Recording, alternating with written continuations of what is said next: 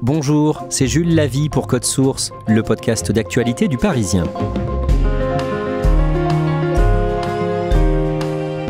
Nicolas Sarkozy a-t-il bénéficié de fonds occultes en provenance de la Libye de Kadhafi pour sa campagne présidentielle victorieuse de 2007 ? C'est la conviction du parquet national financier.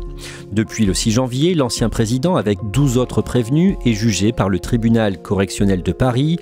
Il répond notamment de financement illégal de campagne électorale, association de malfaiteurs et recel de détournement de fonds publics libyens. L'ancien président clame son innocence depuis le début et il souligne le manque de preuves dans le dossier. Code Source vous résume les 4 premières semaines de ce procès avec Timothée Boutry, journaliste au service police-justice du Parisien. Il suit l'affaire depuis le début et il couvre cette audience au Palais de justice de Paris.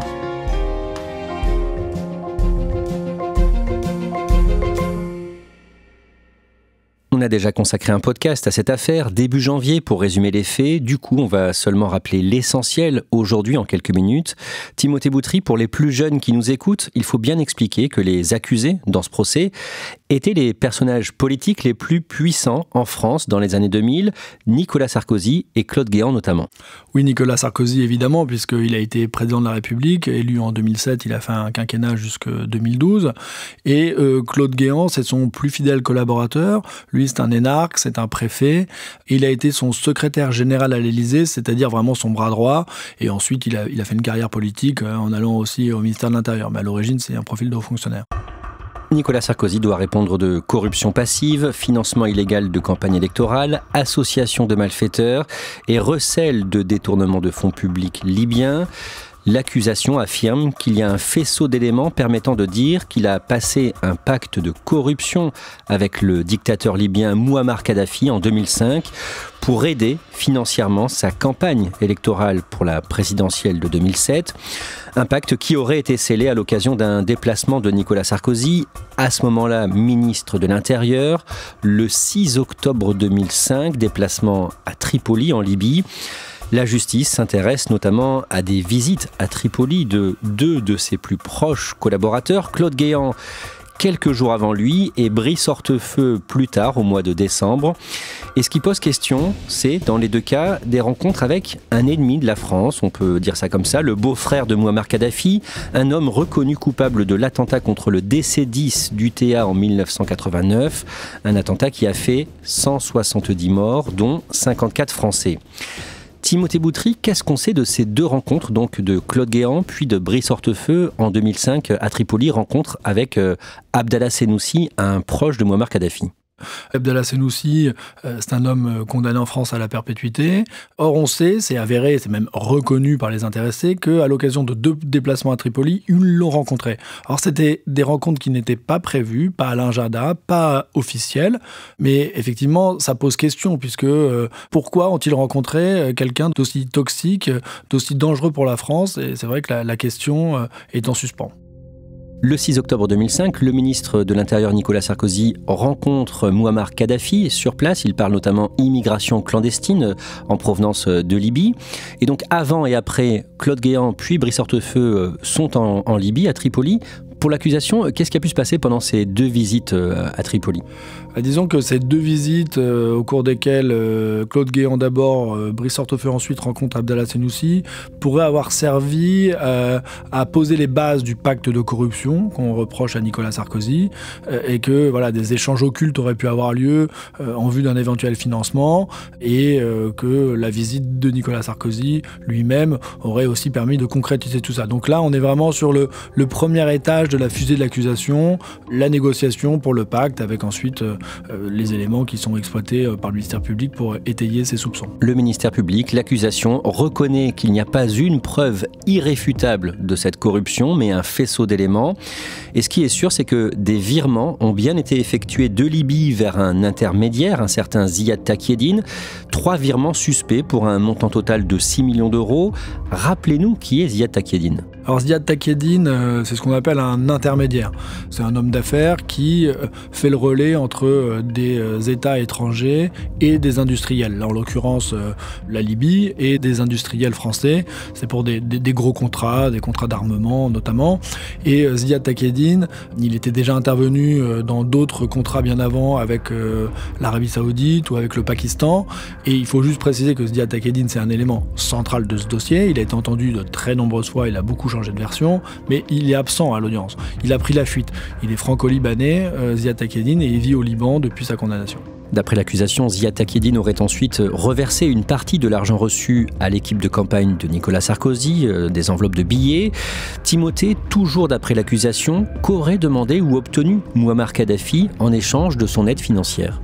Les contreparties, selon l'accusation, elles sont de 3 ordres, diplomatique, économique et judiciaire. Diplomatique, c'est aider la Libye à revenir dans ce qu'on appelle le concert des nations, c'est-à-dire en refaire un État respectable, puisque c'est un État voyou, un État terroriste. Ce retour dans le concert des nations a notamment été matérialisé par la réception de Mouammar Kadhafi à Paris par Nicolas Sarkozy, 7 mois après son élection en décembre 2007.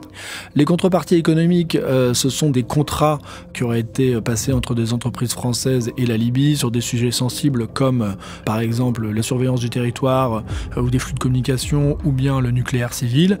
Et enfin, les contreparties judiciaires, ce serait une aide que la France aurait offerte, enfin plutôt une promesse d'aide à Abdallah Senussi de régulariser sa situation, puisque, on l'a dit, il a été condamné à la perpétuité en son absence, il fait l'objet d'un mandat d'arrêt, et voilà, il souhaiterait la levée de ce mandat d'arrêt. Et l'accusation, les soupçons, c'est que des interventions auraient pu avoir lieu pour arranger sa situation judiciaire.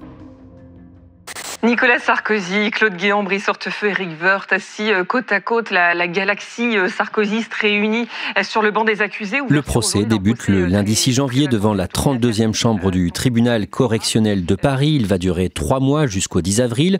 Timothée Boutry, décrivez-nous l'atmosphère au premier jour de l'audience. Bon, c'est un procès qui est évidemment très très attendu, 10 ans d'instruction, on parle quand même de l'ancien président de la République, on est sur des soupçons extrêmement graves de financement de campagne par un État terroriste. Donc vous pouvez l'imaginer, il y a beaucoup de monde, beaucoup de presse évidemment, beaucoup d'avocats puisqu'il y a 13 prévenus en tout. Et bon, ce qui est évidemment frappant, c'est le profil des prévenus. On a sur la même rangée Nicolas Sarkozy et 3 de ses anciens ministres, puisqu'on a Claude Guéant, on l'a dit, qui était secrétaire général mais qui a aussi été ministre de l'Intérieur, Brice Hortefeux, qui est vraiment le plus fidèle ami de Nicolas Sarkozy, ami politique, qui a été aussi son ministre, alors délégué aux collectivités territoriales et qui a aussi été au ministère de l'immigration et de l'identité nationale.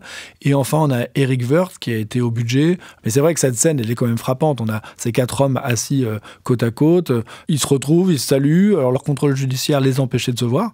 Il y a ambiance un peu rentrée des classes, mais dans un contexte assez grave, hein, puisque on sait qu'on est devant le tribunal et que les enjeux sont extrêmement importants. Dès le premier jour, les avocats de Nicolas Sarkozy mettent en cause la légitimité du tribunal à juger cette affaire. Ils estiment que ce dossier relevait plutôt de la CJR, la Cour de justice de la République, habilitée à juger les membres du gouvernement pour des faits commis dans l'exercice de leurs fonctions.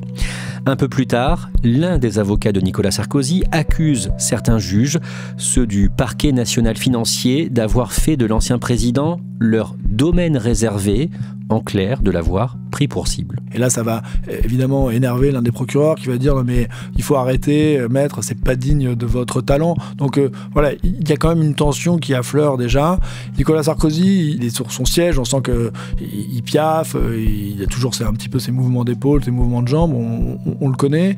Et là, c'est vrai que pendant cet échange, il va marmonner, c'est effrayant, voilà, on sent qu'il est agacé par l'attitude de l'accusation. On a le ton qui est donné de ce procès qui va durer pendant 3 mois.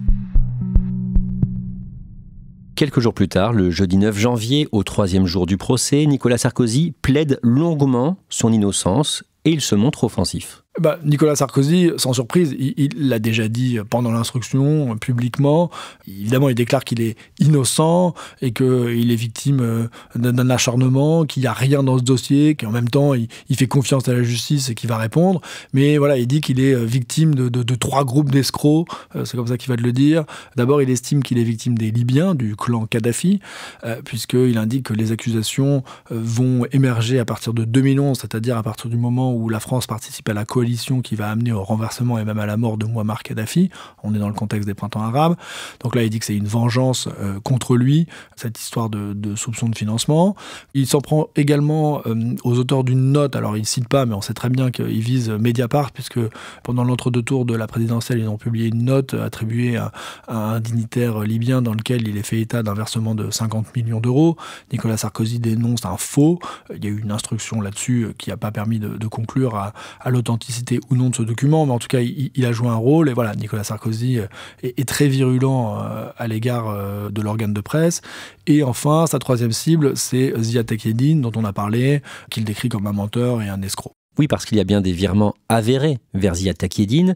Et Nicolas Sarkozy, en résumé, il parle d'une escroquerie de la part de Ziad Takieddine, qu'il aurait trompé les Libyens et qu'il aurait gardé l'argent pour lui. Oui, c'est ça. C'est vraiment la thèse de la défense de dire oui, Ziad Takieddine a touché de l'argent de la Libye, mais il l'a gardé pour lui. Il dit, vous savez, c'est pas le genre à le remettre, l'argent, il le garde pour lui. Et Nicolas Sarkozy le martèle, pour lui, il n'y a aucun élément concret contre lui. Il dit vous ne trouverez jamais, non pas 1 euro, mais même 1 centime d'argent libyen dans ma campagne.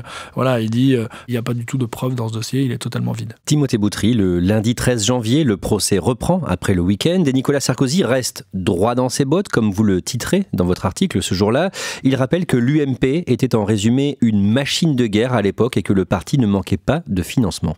Oui, c'est son premier acte de défense, de dire, non mais voilà, à l'époque, l'UMP, c'est 335 000 adhérents, les sondages me sont très favorables, on a de l'argent, on a des adhérents. Pourquoi j'irais pactiser avec Mouammar Kadhafi pour récupérer de l'argent dont je n'ai pas besoin ? Le même jour, Nicolas Sarkozy égratigne l'intermédiaire Ziad Takieddine.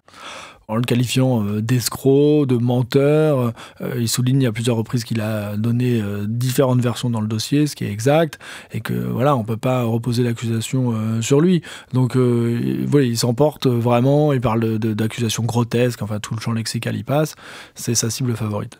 Le mercredi 15 janvier, l'homme qui était ambassadeur de France en Libye, au moment des 3 visites à Tripoli de Claude Guéant, de Nicolas Sarkozy, puis de Brice Hortefeux en 2005, Jean-Luc Siebiud est invité à témoigner à la barre. Il est évidemment beaucoup interrogé sur la visite de Nicolas Sarkozy.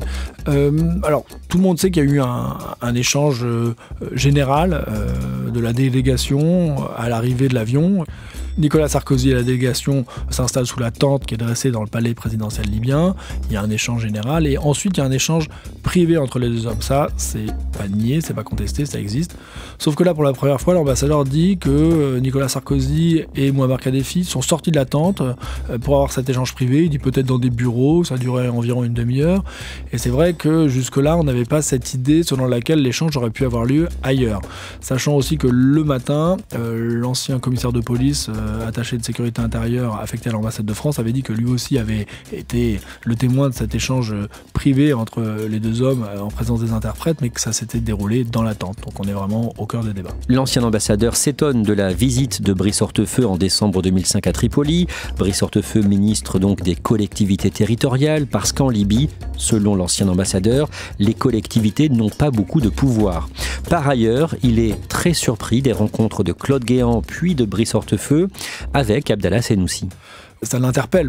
Lui-même rappelle qu'il avait interdiction de voir Abdallah Senoussi. C'est quasiment dans sa fiche de mission du Quai d'Orsay avant d'être envoyé à Tripoli, c'est attention, ça clignote rouge, ne pas voir Senoussi. Il a dit, je l'ai rencontré 2 fois dans des réunions, il y avait plein de gens, voilà, il s'est avéré que...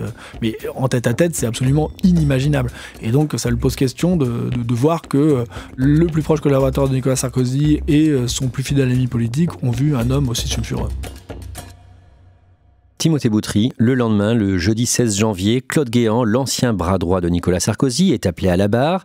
Il doit s'expliquer notamment sur sa rencontre donc avec Abdallah Senoussi, beau-frère de Mouammar Kadhafi, chef des renseignements extérieurs libyens. Décrivez-nous le tout début de cette prise de parole. Il est comment aujourd'hui, Claude Guéant ?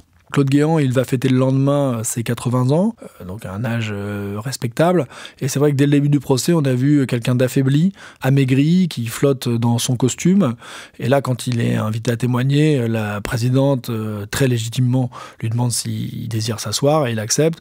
Donc il va faire toute son audition assis sur un siège et bon, le micro va être ramené à la hauteur de sa bouche.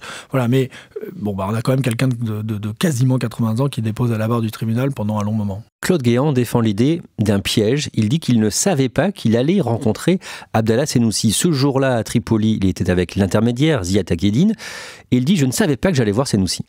Claude Guéant, il connaît Ziad Takieddine est en Libye à ce moment-là, et Claude Guéant le sait. Il explique qu'à un moment donné, Ziad Takieddine va l'appeler en lui disant je peux vous faire rencontrer quelqu'un d'important pour le régime, venez, je vous emmène dans ma voiture, et que donc Claude Guéant dit bah ok, je sais pas qui je vais voir, et je suis Ziad Takieddine. Et donc d'après ce qu'il dit, il découvre que cet homme important pour le régime est Abdallah Sennoussi au tout dernier moment. Oui, il indique que c'est en arrivant au restaurant que il se rend compte de qui il va voir. Alors la présidente est extrêmement surprise, dit mais vous êtes en mission officielle, vous représentez le ministre de l'Intérieur, et vous savez pas qui vous allez voir. Il dit non, il dit mais vous parlez de quoi dans la voiture? De choses et d'autres.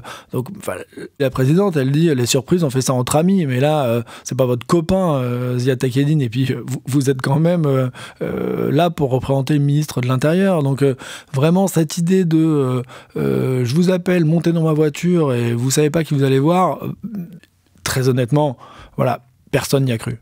Et d'après l'accusation, clairement, Claude Guéant, le bras droit du ministre de l'Intérieur, ne pouvait pas ignorer qui il allait voir et que par ailleurs, Abdallah Sennoussi était condamné pour son rôle dans l'attentat contre le DC-10 d'UTA. Plus tard, la présidente du tribunal lui demande si face à Sennoussi, il a eu une pensée pour les victimes de l'attentat. Alors lui, il dit qu'il n'allait pas faire un esclandre, et c'est vrai qu'il indique qu'il n'a pas non plus particulièrement songé à cet événement-là. Il dit que c'était pas forcément agréable, mais qu'il fallait que ça se passe et qu'on passe à autre chose.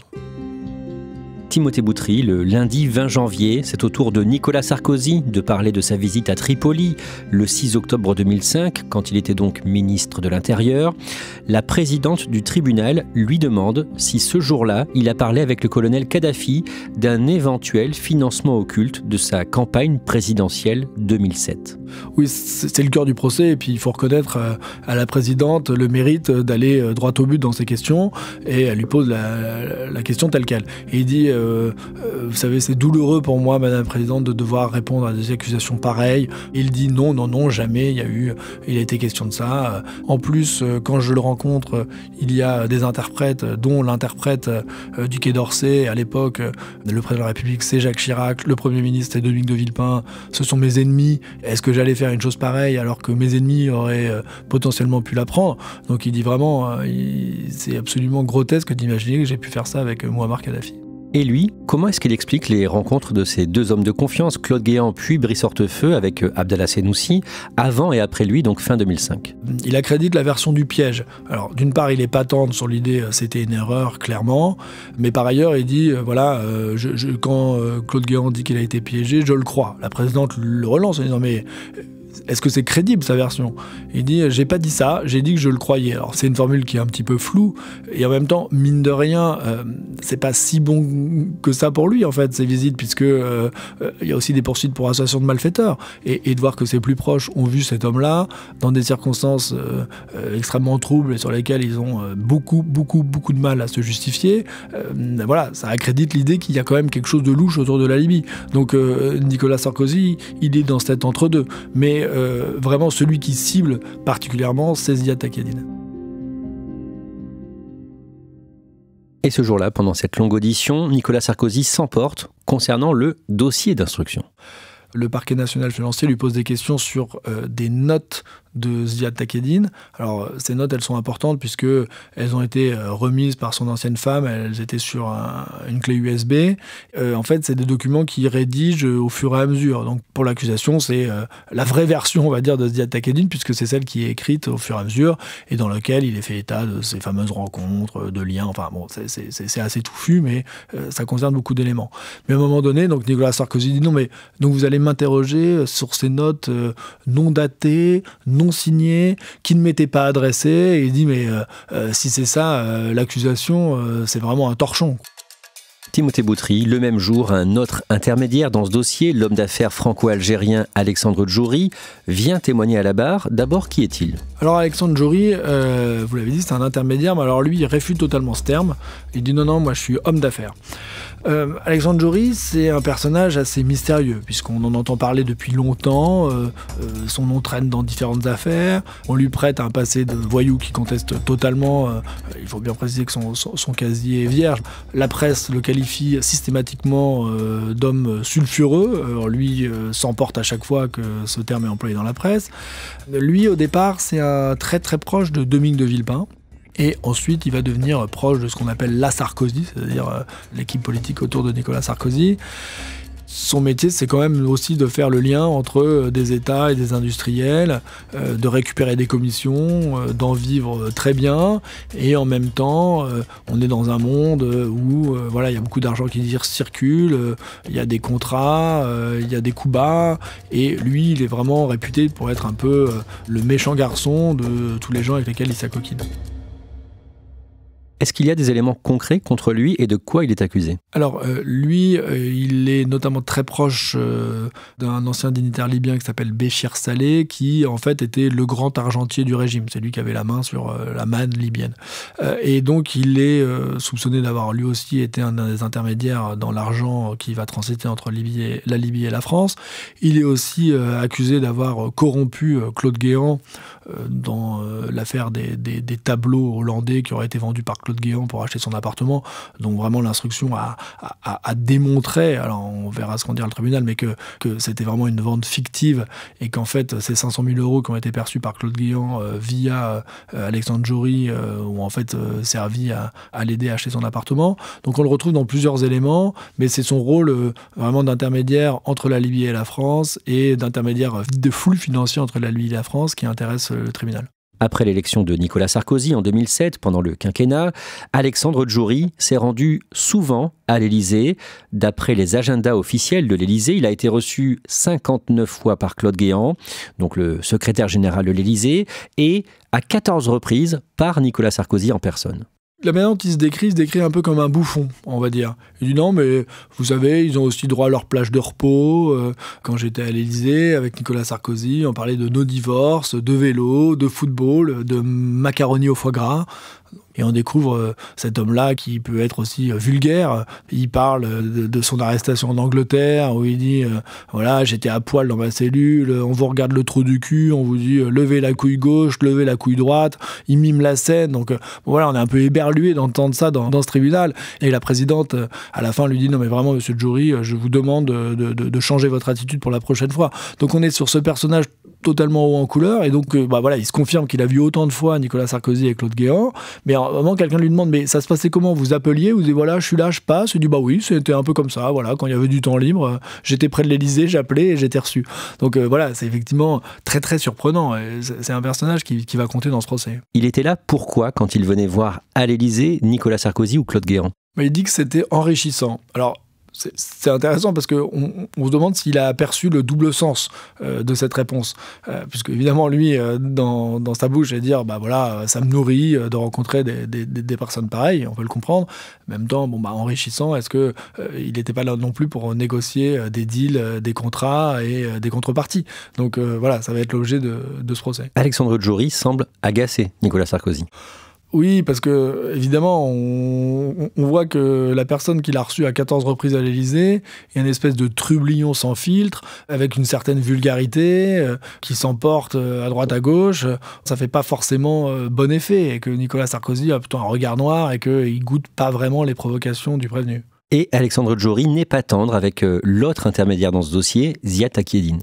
Oui, ça c'est une constante, tout le monde charge Ziad Takieddine, et il dit non mais on boxe pas du tout dans la même catégorie, c'était un escroc, il y a un jour je l'ai vu chez le coiffeur, il insultait tout le monde. Bon voilà, il faut aussi imaginer la gouaille d'Alexandre Jory dénigrant Ziad Takieddine. Mais on est quand même face à deux hommes qui étaient en concurrence frontale pour un peu les mêmes marchés, dans les mêmes régions du monde. Et on a vraiment deux personnalités qui s'opposent. Une semaine après avoir entendu Claude Guéant sur sa visite de 2005 à Tripoli, le tribunal entend Brice Hortefeux, qui était ministre des collectivités territoriales à l'époque, ami fidèle de Nicolas Sarkozy. Que dit-il au sujet de sa rencontre avec Abdallah Senoussi à Tripoli le 21 décembre 2005 ? Il indique que le soir, il est contacté par un officiel libyen qui lui dit venez, vous allez pouvoir rencontrer un membre de la famille du guide. C'est vrai qu'au départ, il indique que peut-être il était question qu'il rencontre Mouammar Kadhafi. Finalement, c'est pas le cas. Et là, on lui indique qu'il va voir quelqu'un de sa famille. Alors, il dit qu'il pense peut-être à Saïf al-Islam, qui est le fils de Mouammar Kadhafi, qui a un rôle important au sein du régime. Bon, et que en fait, on l'emmène au domicile privé de quelqu'un, et sur place, il y a Ziad Taqieddine, et en fait, il va se retrouver au domicile d'Abdallah Senussi. Et lui aussi indique qu'il n'était pas du tout au courant, et que c'est juste pendant le trajet qu'il va réaliser qu'en fait, c'est Abdallah Senussi qui va rencontrer Abdallah Senussi, répétons-le, l'homme condamné pour sa responsabilité dans le décès de 10 du Terre. Donc pour la deuxième fois en un peu moins de 3 mois, un très proche collaborateur de Nicolas Sarkozy rencontre Abdallah Senussi sans l'avoir voulu. Oui, c'est un peu la thèse. Ils l'ont rencontré à l'insu de leur plein gré. Voilà, qu'ils ne savaient pas, c'était imprévu, c'est un piège. Évidemment, Brice Hortefeux, comme Claude Guéant avant lui, est interrogé, réinterrogé sur pourquoi vous partez pas. Il dit non, mais je me suis pas senti les épaules nécessaires, le poids politique pour le faire. Bon, mais l'accusation dit non, mais il y a tellement d'aléas. Vous êtes présent, comment imaginer que on va vous dire de sortir, vous allez accepter, vous allez monter dans une voiture, vous allez aller voir quelqu'un, soi-disant vous ne savez pas qui vous allez rencontrer, et que en fait il y aura Abdallah Senussi et Ziad Taqieddine dont vous êtes proche. Il dit pour nous c'est absolument pas un piège, c'est pas un guet-apens, c'est un rendez-vous qui était prévu, c'est pas possible autrement. Et Brice Hortefeux, comme Claude Guéant, dit non, pas du tout, et voilà, il maintient la ligne du piège. On va voir ce que le tribunal va en dire, mais c'est vrai que le parallélisme des formes pose question. Voilà, deux proches, à peu de temps d'intervalle, et des rencontres avec un homme aussi dangereux et sulfureux que Abdallah Senussi.